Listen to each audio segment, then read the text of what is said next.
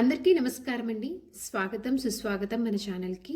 ఈరోజు వీడియోలో 2025 సంవత్సరము మార్గశిర మాసము నవంబర్ నెలలో సుబ్రహ్మణ్య షష్ఠి నవంబర్ 25న వచ్చిందా, 26వ తేదీన వచ్చిందా, తేదీ తిదివార నక్షత్రాలు ఏమిటి, సుబ్రహ్మణ్య షష్ఠి యొక్క విశిష్టత ఏమిటి, సంతాన ప్రాప్తి, వివాహ ప్రాప్తి, కుజదోష నివారణ, కాలసర్ప దోషాలతో బాధపడుతున్న వారు, అనారోగ్యంతో ఉన్నవారు ఏమి చేయాలి ఈ రోజున, ఇలా మొదలగు అంశాల గురించి ఇప్పుడు ఈ వీడియోలో వివరించబోతున్నాను. వీడియోని స్కిప్ చేయకుండా చూడడానికి ప్రయత్నం చేయండి. అప్పుడే మీకు పూర్తి సమాచారం అనేది తెలుస్తుంది. గౌరీ శంకరుల మంగళకర ప్రేమకు అనుగ్రహానికి ఐక్య రూపం సుబ్రహ్మణ్య స్వామి.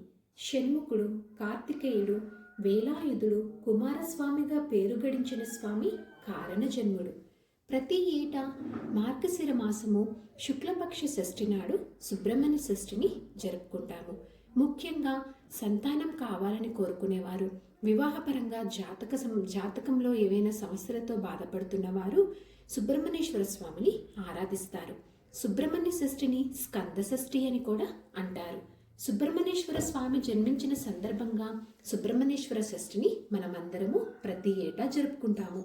ఇంత విశిష్టమైనటువంటి ఈ సుబ్రహ్మణ్య షష్ఠి అనేది ఈ 2025 సంవత్సరము నవంబర్ నెలలో ఎప్పుడు వచ్చింది అన్న విషయం గురించి ఇప్పుడు తెలుసుకుందాము.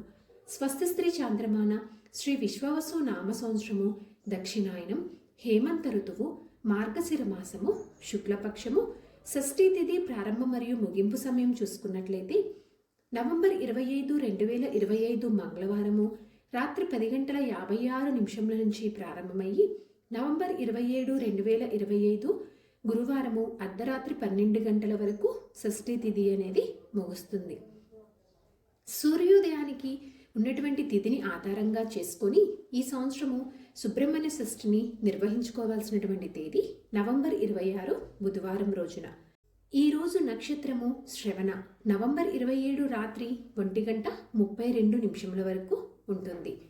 పంచమి నాడు ఉపవాసం ఉండి షష్ఠి నాడు సుబ్రహ్మణ్యేశ్వర స్వామిని ఆరాధిస్తే నాగదోషాలు తొలగిపోతాయి. అలాగే జ్ఞానం, బుద్ధి, వృద్ధి కూడా పొందవచ్చు.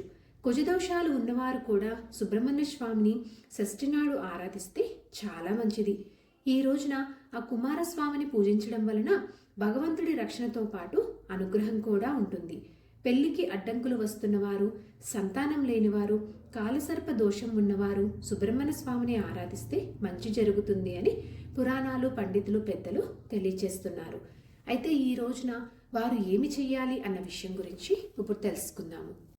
సుబ్రహ్మణ్య షష్ఠి నాడు ఉదయాన్నే నిద్రలేచి స్నానం అనేది చేసుకొని ఇంట్లో పూజా మంత్రాన్ని శుభ్రం చేసుకొని నిత్య పూజాధికాలు అనేవి పూర్తి చేసుకోవాలి.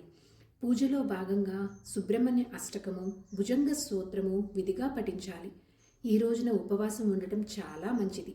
స్వామికి నైవేద్యంగా చలిమిడిని, చిమిలిని, కొబ్బరికాయని, అరటిపండ్లను నైవేద్యంగా సమర్పించాలి. వీలైతే ఈ రోజున తప్పకుండా సుబ్రహ్మణ్య స్వామి ఆలయానికి వెళ్ళడానికి ప్రయత్నం చేయండి. అక్కడ యథాశక్తి స్వామివారికి అభిషేకాలు, అర్చనలు అనేవి జరిపించుకోండి. ఈ రోజున స్వామికి ఇష్టమైనటువంటి ఎర్రని పువ్వులతోటి అలాగే ఎర్రని వస్త్రంని సమర్పిస్తే కుజగ్రహ దోషాలు తొలగిపోతాయని శాస్త్రవచనము.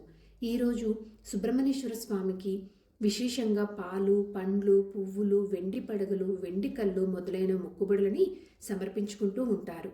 ఇలా చేయడం వలన అలాగే సుబ్రహ్మణ్యేశ్వర స్వామి ఆలయాలలో జరిగేటువంటి వల్లీ దేవసేన సమేత సుబ్రహ్మణ్య స్వామి కళ్యాణంని కల్లారా చూడటం వలన, ఈ కళ్యాణోత్సవాలలో పాల్గొనడం వలన జాతకంలో కుజదోషము, కాలసర్ప దోషం చే సకాలంలో వివాహం కాని వారికి వివాహం జరుగుతుంది.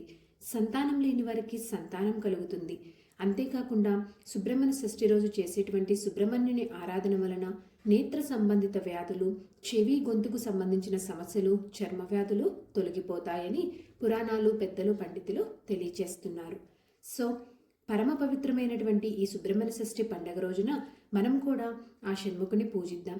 సంతాన సౌభాగ్యాలను, ఆయురారోగ్య ఐశ్వర్యాలను పొందుదాము. ఓం శ్రీ సుబ్రహ్మణ్య స్వామియే నమః. సో ఇదండి ఈరోజు వీడియో. మీకు తప్పకుండా వీడియో ఎంతో కొంత ఉపయోగపడుతుందని అనుకుంటున్నానండి. ఇంకొక మంచి వీడియోతో మిమ్మల్ని మళ్ళీ కలుస్తాను. ధన్యవాదములు. సర్వేజన సుఖినో భవంతు. జై శ్రీమన్నారాయణ.